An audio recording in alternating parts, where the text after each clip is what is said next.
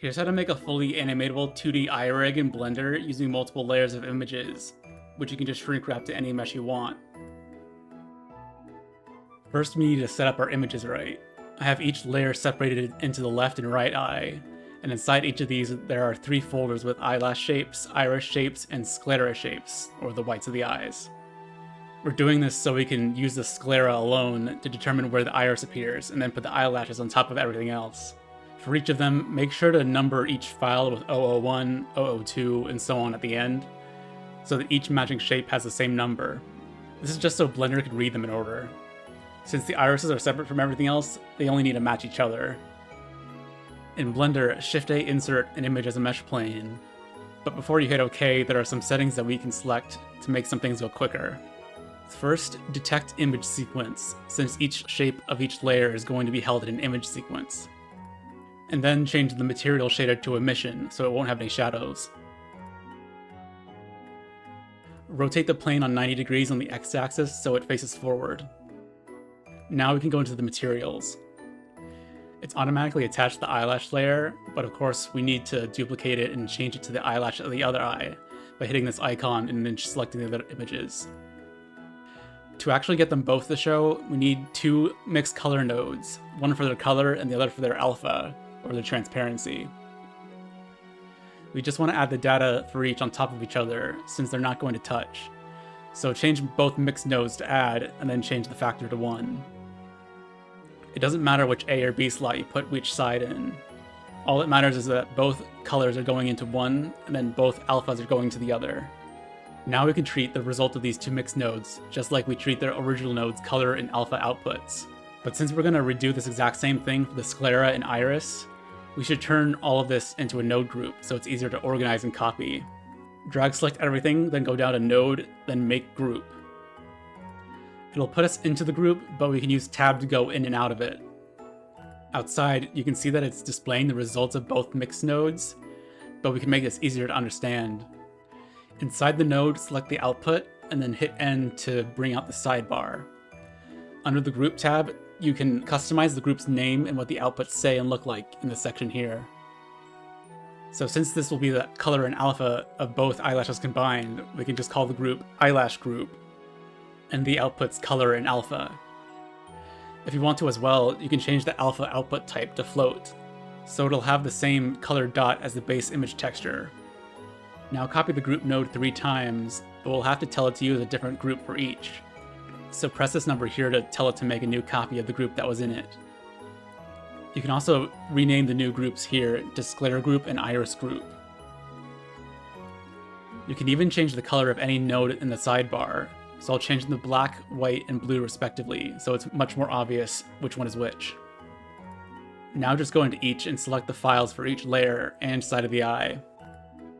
We will combine each layer in a second. Before we do anything else, go back into the eyelash group. Since these image sequence nodes automatically play an animation, we need to tell it to stop doing that.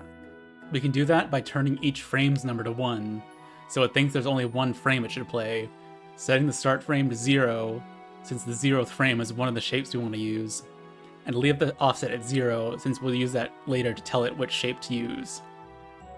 Do that for each.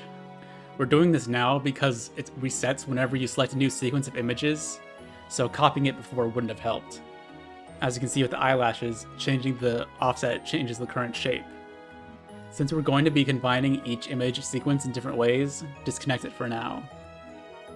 Now to combine everything.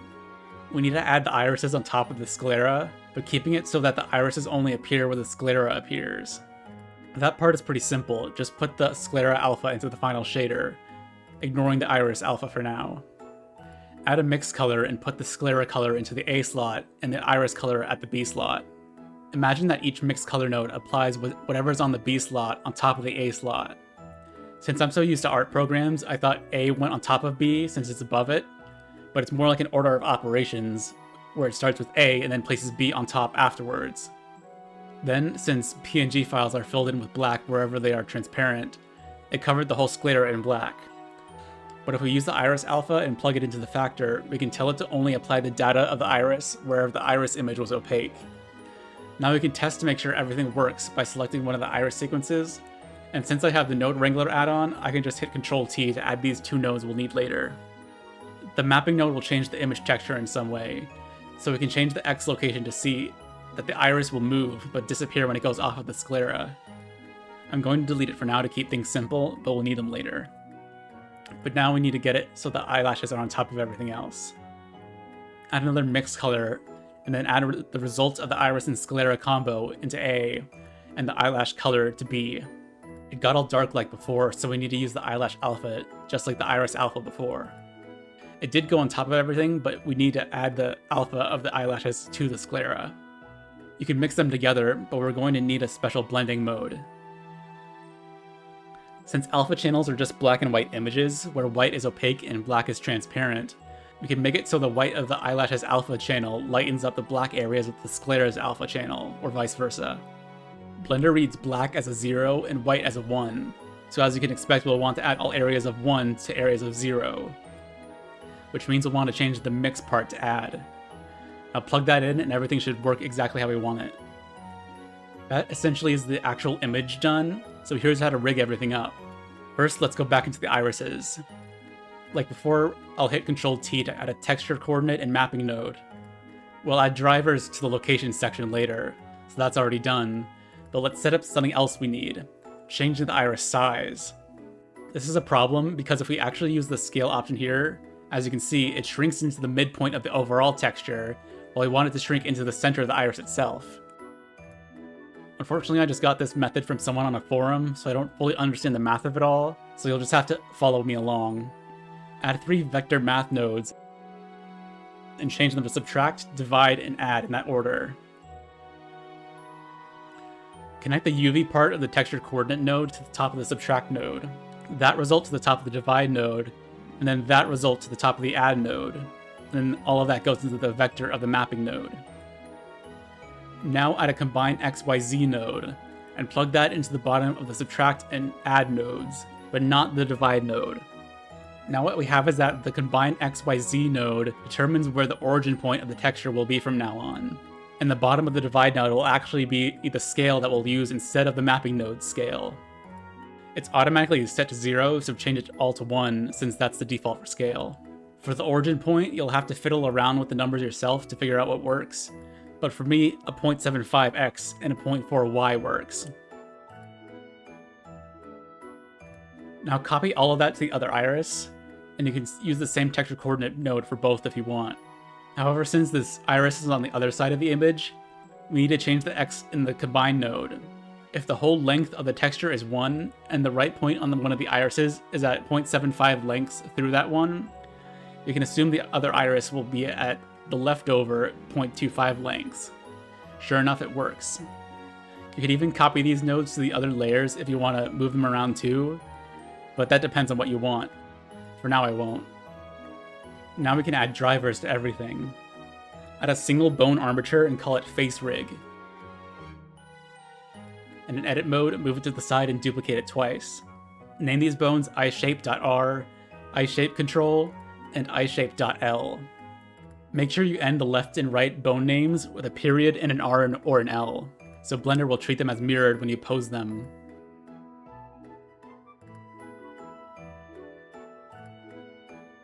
Now shift select the left and right bones, then the control bone, and then hit Ctrl-P, and keep offset.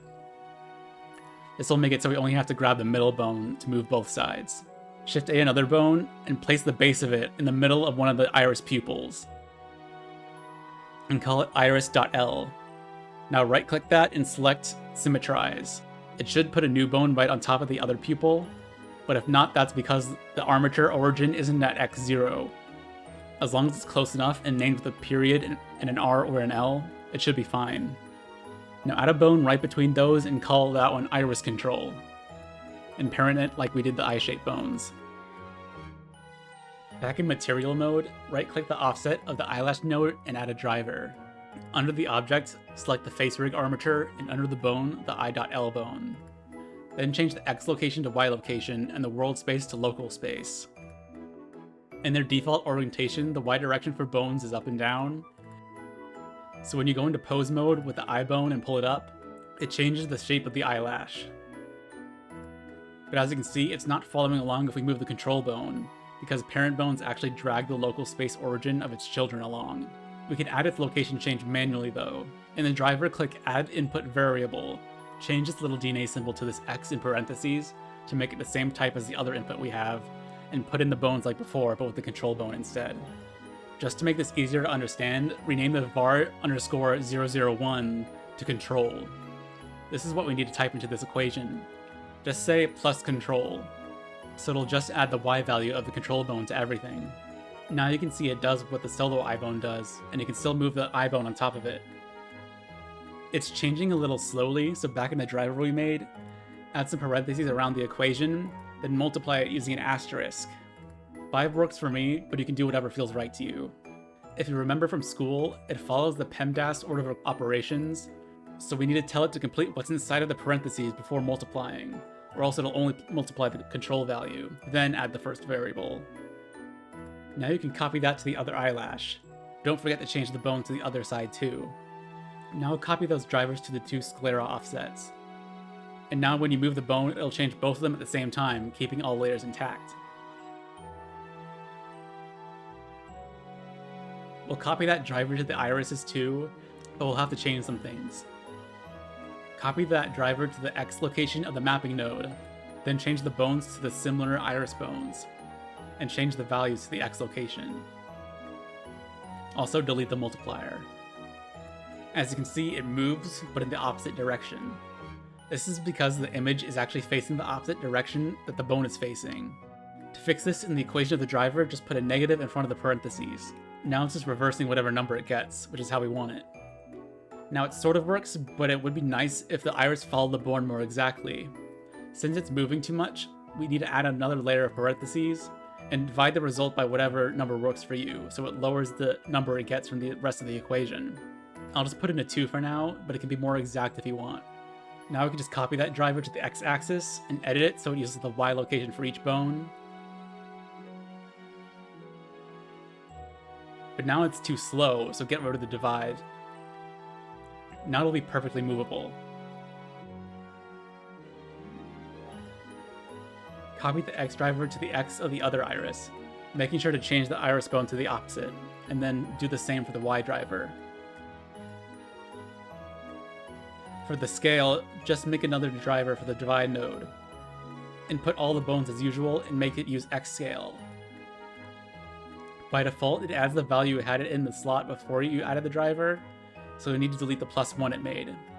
Then just copy that to the Y value and change it to the Y scale. Now you can scale the bone and it'll scale the iris perfectly too. And of course, copy that to the other iris, changing the bone. We shouldn't try to make the control bone work with this, partially because that gets more complicated, but also because it'll bring the iris bones inward, which makes it look worse. Now, if you have multiple iris shapes, you can do it multiple ways. I'm just going to make it use the same method as the other parts of the eye, but make it use the iris's Z location, since that direction hasn't been used for anything else yet. Just do it like before, but select Z location instead, and it should work. And that's it. For the hard part, that is. We still need to have the head to shrink wrap it to. I already have a head set up just to get right to the face itself, but you can do this on any type of model. For reference, I'm doing this of Liko from Pokemon Horizons, just in case you were curious. First, add a loop cut in the middle of the plane. Thankfully, since the UVs are already dealt with because of how we inserted the image, we can add as many loops as we want, and it won't actually change the texture. But we added that loop so we can pull the far sides of the plane back, so the texture is more flush with the shape of the head. Now add a subdiv modifier and a shrink-wrap modifier in that order. You will need to change the subdiv modifier to simple, since that doesn't warp the image at all. The simple version essentially just adds loops everywhere, and doesn't try to smooth anything out. Now select the head in the shrink-wrap modifier and see how well it works. I always change these settings to target normal project and above surface for better overall results. Just keep messing with the mesh until it's how you want it. This entirely depends on what your head model is like and what kind of result you want. You can even select the middle edge and hit V to completely split the eyes, which also makes it easy to scale them however you want. To be honest, you should probably use a head that's more flat than mine, because in the end, you can see the eye texture slope forward a bit on the cheek, which looks wrong. Explaining every method of how to solve issues like this would take way too long though, so just for now, you can deal with it. Also, since we moved the location of everything, you might want to reposition the iris bones in edit mode so that they're more workable. Every driver should work the exact same though. You might be able to see a little shadow under your eye. You can fix that by going into edit mode, Control A to select all, and then Alt N to bring up the normals panel, and then flip the normals. Now go into the settings of your eye material, and under backface culling, only select the shadows option. Backface culling removes any data from the inside of a mesh, usually to save processing power, but here it tells it to let all light pass through the inside of the mesh, meaning it won't produce a shadow after we made it inside out. And a quick, technically optional thing that every person hand-making rigs should know, how to add bone shapes. It'll make everything look prettier in the end, which is necessary when you have hundreds of bones all shown at the same time. For what we made in this video, and for how I like to have things, just add a curved circle and a curved rectangle. For the rectangle, go into curve options and change the fill mode to none. For the iris bones, go into the bone tab, viewport display, and then custom object, and select the Bezier circle.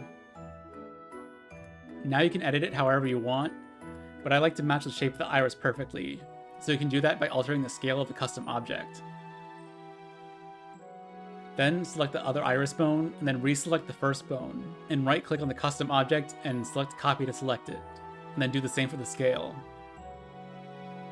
For the control bone, select the rectangle and then resize it so it surrounds both iris shapes. Then for the eye shapes, you can do the same, but since it's a different function, you might want to use the rectangular for the two eyes instead, just so it's more clear. You can change the scale and location however you want, but I'd usually coordinate that with the other bones like it later, so it's not as necessary. You can even create text for them by Shift-A adding text, going into edit mode, typing what you want, then just adding that to the custom shapes section. Now if you want to give them a special color, go into bone color and select any color you want.